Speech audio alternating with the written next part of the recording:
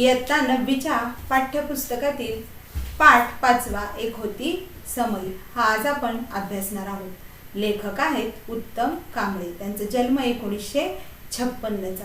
प्रसिद्ध लेखक श्राद्ध, अस्वस्थ नायक, शेवटून आला माणूस इत्यादी कादंबऱ्या, रंग माणसांचे, कथा माणसांच्या, कावळे आणि माणसं, न दिसणारी लढाई, परत्या इत्यादी त्यांचे कथासंग्रह प्रसिद्ध आहे।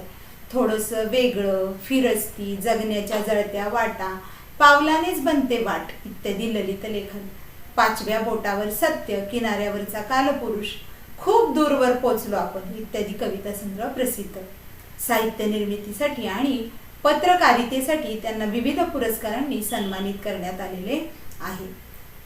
तर असे हे उत्तम कांबळे यांनी विपुल साहित्य लेखन केलेलं आहे। या पाठामध्ये त्यांनी आदिवासी भागामध्ये पूर्व प्राथमिक शिक्षण क्षेत्रातील शिक्षणाची गंगा घरोघरी पोहोचवण्यासाठी ज्यांनी आपलं अवघं आयुष्य वेचलं अशा समाजसेविका व शिक्षण तज्ञ अनुताई वाघ यांच्या कार्याचा परिचय या पाठामध्ये लेखकाने करून दिलेला आहे।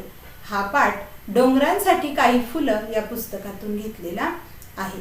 आपण बघतो की आपल्या समाजामध्ये इतरांसाठी जगणारी, आपलं पूर्ण आयुष्य इतरांच्या कल्याणासाठी खर्च करणारी अनेक माणसं आपण पाहतो। त्यामध्ये मदर तेरेसा असतील, बाबा आमटे असतील, त्यानंतर असे अनेक की जे आजही लोक प्रसिद्धीच्या झोतात नसतात, परंतु आपलं जे समाजसेवेचं काम ते अखंड करत असतात।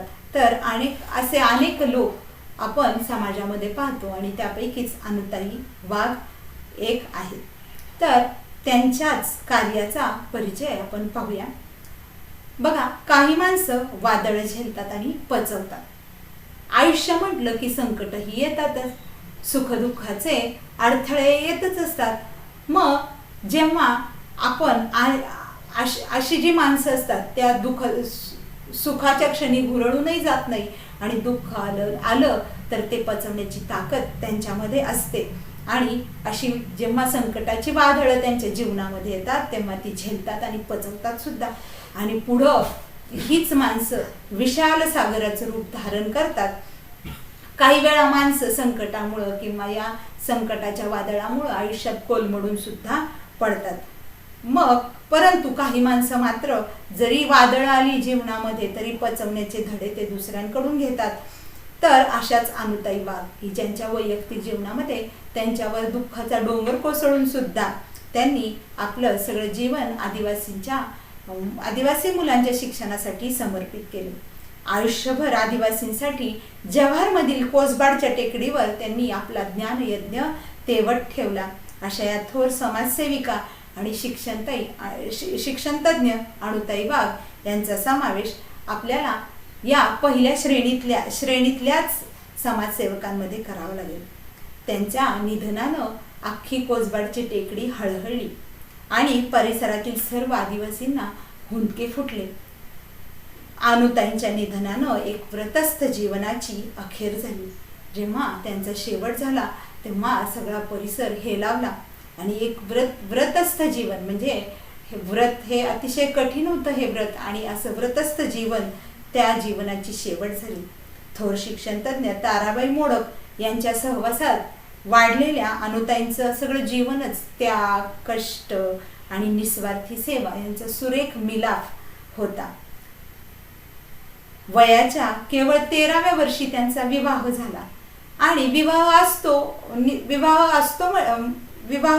असतो तरी काय हे समजण्यापूर्वीच म्हणजे अगदी लग्नानंतर केवळ 6 महिन्यातच त्यांच्या इवल्याशा कपाळावरील कुंकू नियतीनं कायमचंच पुसलं। नियतीने म्हणजे प्रारब्धानं त्यांना वैधव्य आलं, त्यांच्या पतीचं निधन झालं आणि खरं तर विवाह म्हणजे काय असतो हेच त्यांना कळत नव्हते। परंतु एखादा भातुकलीचा खेळ मांडावा आणि 10-15 मिनिटात तो खेळून झाला, अर्धा तास खेळून झाला की तो मोडून टाकावा, त्या पद्धतीनं त्यांचा हा भातुकलीचा खेळ म्हणजे त्यांचा संसार मोडला। पण या छोट्या अनुनं मात्र हे आभाळा एवढं दुःख पचवलं आणि असं कोलमडून टाकणारं वादळ पचवलं।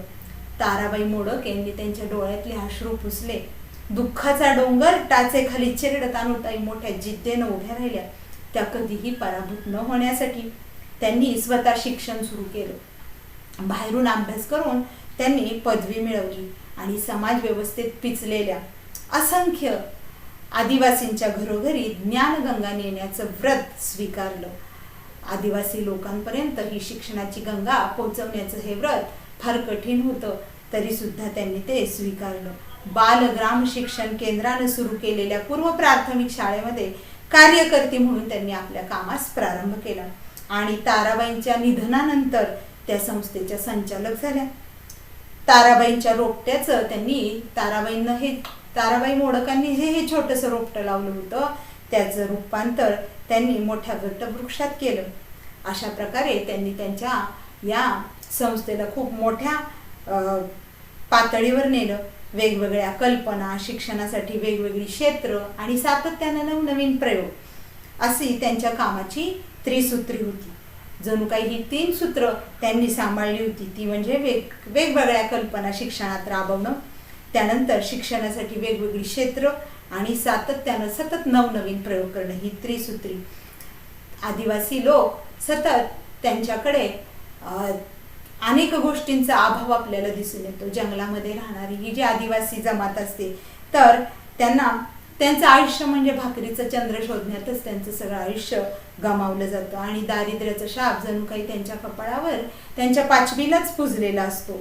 म्हणजे अगोदरच अतिशय दारिद्र्यानं पिडलेला हा समाज असतो आणि असा शाप घेऊन फिरणाऱ्या या असंख्य आदिवासी बालकांना अनुताईंनी काय केलं तर आपल्या पंखाखाली आश्रय दिला. कर्तृत्वाचे हे पंख होते आणि त्याला आश्रय दिला, मायेची ऊब दिली आणि असंख्य मनामध्ये त्यांनी ही ज्ञानाची ज्योत पेटवली. शिक्षक, मार्गदर्शक, कार्यकर्त्या, विचारवंत आणि लेखिका अशी विविध रूपं त्यांची आपल्याला दिसून येतात आणि अशाच रूपामध्ये त्यांनी आदिवासींमध्ये चांगलं स्थान मिळवलं. रानावनात भटकणाऱ्या आदिवासींना व्यावहारिक शिक्षण देणं तसं खूप कठीण असतं. व्यावहारिक शिक्षण देणं खूप सोपं, पण जाणीवपूर्वक आणि आयुष्यात उपयुक्त ठरणारं औपचारिक शिक्षण देणं मात्र त्यांना खूप अवघड. त्यासाठी आवश्यक असते भविष्याचा वेध घेणारी दूरदृष्टी आणि धडपड. या दोन्ही गोष्टी अनुताईंकडे होत्या, त्यामुळे त्यांना वेगवेगळे प्रयोग करताना कसलीच अडचण भासली नाही की पाश्चिमात्यांच्या अभ्यासक्रमाची सुद्धा त्यांना भाषांतर करून नक्कल करावी लागली नाही. प्राथमिक शिक्षण म्हणजे एकूणच शिक्षणाचा तो पाया असतो. आयुष्याचा हा पाया भक्कम असावा लागतो, याचं भान त्या कधीच विसरल्या नाहीत. शिक्षण आणि म्हणूनच त्यांनी शिक्षणाचा दिशाहीन प्रसार कधीच केला नाही आणि आपल्या मंद प्रकाशामध्ये मंदिर उजळून टाकणारी जी समई असते त्या समईप्रमाणे अनुताईंनी आपलं काम केलं. त्यांना कधीही प्रसिद्धीचा हव्यास नको होता. प्रसिद्धीचा झगमगाट मिळवण्याचा हव्यास त्यांनी कधीच धरला नाही, कारण त्या आणि त्यांचं जे कार्य होतं ते स्वयंप्रकाशित होतं. त्याला इतरांनी प्रकाशित करण्याची गरज नव्हती. आणि मग या लोभ सुजेडामध्ये अनेकांनी आपल्या आयुष्यातला अंधार संपवण्याचा प्रयत्न केला. प्रसिद्धी आणि मानसन्मान त्यांच्यापर्यंत चालत आले. त्यांनी स्वतःचंही भाग्य उजळून घेतलं. त्यांनी केलेल्या अजोड कामाला कोणाच्या शिफारस पत्राची गरज नव्हती. आज आपण पाहतो की कुठलाही सन्मान मिळवायचा असेल तर शिफारस लागते, तर ह्या शिफारस पत्राची त्यांना कधी आवश्यकता नव्हती. म्हणूनच आदर्श शिक्षक, पद्मश्री, दलित मित्र यासारखे मान सन्मान नेहमीच अनुताईंच्या शोधामध्ये भटकत राहिले. खरं तर जी माणसं कीर्तीसाठी हपापलेली असतात ती नेहमी अशा मान सन्मानाच्या शोधात असतात, परंतु इथं मात्र आपण पाहतोय की हेच जे पुरस्कार होते ते अनुताईंना शोधत आले आणि ते पुरस्कार होते आदर्श शिक्षक, पद्मश्री, दलित मित्र, तर ते त्यांनाच शोधत भटकत राहिले. शिक्षणाच्या अनुषंगानं म्हणजे शिक्षणामध्ये तर त्यांनी केलेलं कार्य खूप मोलाचंच होतं, परंतु अन्य क्षेत्रामध्ये सुद्धा अनुताईंनी फार मोठं कार्य केलं. शिक्षणाबरोबरच त्यांनी बालकल्याण, त्यानंतर मूकबधिरांसाठी शिक्षण, महिला विकास कार्यक्रम, अंधश्रद्धा निर्मूलन, स्वच्छता कार्यक्रम, कुटुंब कल्याण, आरोग्य आदी विषयांवर सुद्धा त्यांनी खूप कष्ट घेतले. एक चांगला नागरिक निर्माण होण्यासाठी ज्या ज्या गोष्टी आवश्यक आहेत त्या सर्व त्यांनी केल्या. एकाच वेळेला अनेक प्रयोग असेही त्यांच्या कामाचं स्वरूप होतं. त्यामुळेच केवळ देशातील नव्हे तर परदेशातील संस्था आणि शिक्षण क्षेत्रातील कार्यकर्त्यांना कोसबाडच्या टेकडीचं सातत्यानं आकर्षण राहिलं. अनेक परदेशी संस्था आणि आपल्या भारतातील अनेक संस्था कोसबाडच्या टेकडीला भेट देऊन तिथले प्रयोग पाहू लागले, त्यांचे अनुभव पाहून घेऊ लागले. तर शिक्षण क्षेत्रात आणि त्यासाठी आदिवासी क्षेत्र निवडून काम करणं हे तर अतिशय अवघड असतं.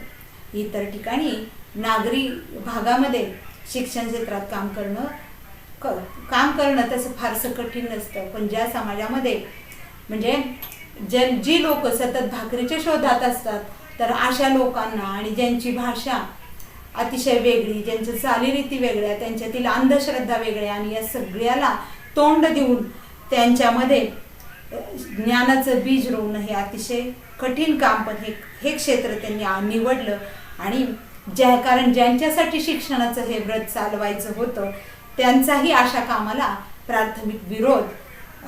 प्राथमिक अवस्थेत विरोध होता. कारण आदिवासी समाज पटकन बदलायला तयार होत नाही किंवा त्याला ते विरोध करतात का त्या अशा गोष्टीला त्यांच्यातल्या रूढी, परंपरा, अज्ञान, अंधश्रद्धा ही त्यामागची अनेक कारणं असतात. शिवाय स्थितीशील समाज की ज्याला सुधारणा नको असते, सतत लोकांनी असंच राहावं अशी काही लोक समाजामध्ये असतात, ते सुद्धा या कार्यामध्ये वारंवार अडथळे आणत असतात. या सर्व गोष्टींवर मात करून ज्ञानाचा दिवा जपण्याचं आणि अनेकांच्या मनातील विविध प्रकारचा अंधार दूर करण्याचं काम अनुताईंनी अगदी निरपेक्ष वृत्तीने केलं. त्यांनी कुठलीही अपेक्षा न ठेवता हे केलं. स्वतःच्या बळावर त्यांनी शिक्षण क्षेत्रात एक सुरेख स्वप्न पाहिलं आणि ते प्रत्यक्षात उतरवलं. मग त्यांनी कधी झाडाखाली, कधी गोठ्यात, तर कधी उघड्या बोडक्या माळावर, तर कधी झोपडीत सुद्धा वर्ग चालवून मोठ्या जिद्दीनं ज्ञानाचा प्रसार केला. ज्ञानाचा दिवा घरोघरी लावा असा प्रचार कधी त्यांनी केला नाही, तर स्वतःलाच दिवा बनवलं आणि त्यात आपल्या श्रमाचं तेल घातलं, कर्तृत्वानं तो पेटवला आणि आयुष्यभर तो तेवतच ठेवला. किती सुंदर कल्पना आहे की दिवा घरोघर नेला नाही तर त्या स्वतःच दिवा झाल्या. त्यामध्ये आपल्या कर्तृत्वाचं तेल ओतलं, श्रमाचं तेल ओतलं आणि कर्तृत्वानं तो पेटवला आणि असा हा दिवा त्यांनी तेवत ठेवला. 5-6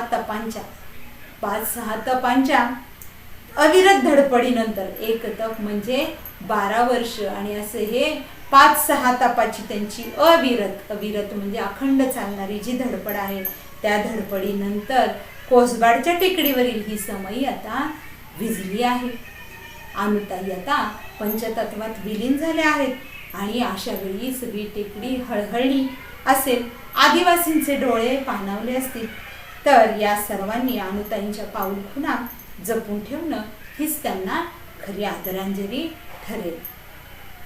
या अशा पद्धतीनं आपण अनुताई वाघ यांच्या कार्याचा परिचय करून घेतला. धन्यवाद.